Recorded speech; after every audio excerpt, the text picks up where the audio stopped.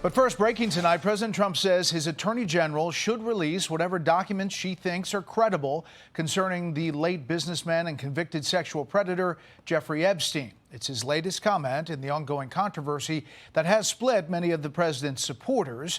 Meanwhile, there is new pressure tonight on Attorney General Pam Bondi from an unlikely spot, the top Republican in the House, the Speaker. Correspondent David Spunt has the story for us tonight. Good evening, David. I mean, this story does not go away here. It's really not right now, at least, Brett. And Attorney General Pam Bondi is breaking her silence on this Epstein matter following a week of intense blowback from the MAGA base. She says, though, she's staying put despite calls for her to go.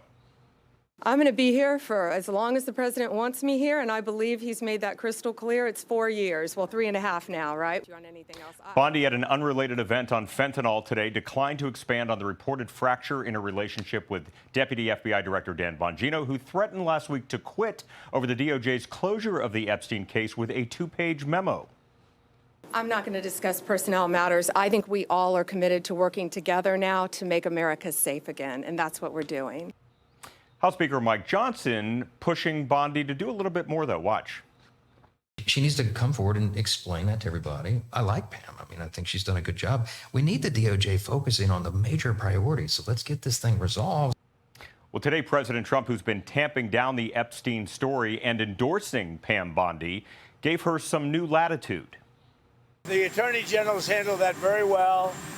She's really done a very good job. Whatever she thinks is credible, she should release.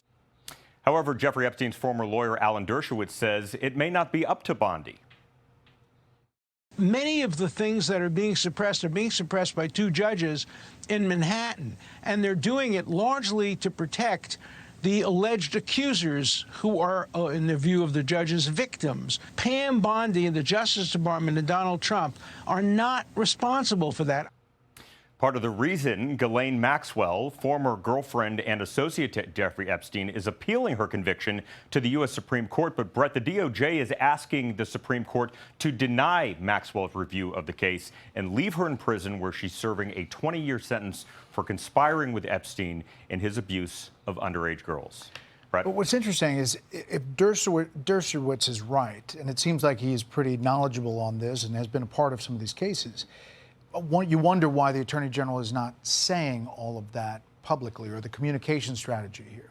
It's something that Dershowitz, yes, says it's up to 2 different judges. President Trump today, for the first time, we've heard him say that she has some more latitude to give out some more information. So we're going to see if she does provide some more information. We'll track it all here. David, thank you. Thank you. Hey, Sean Hannity here. Hey, click here to subscribe to Fox News YouTube page and catch our hottest interviews and most compelling analysis. You will not get it anywhere else.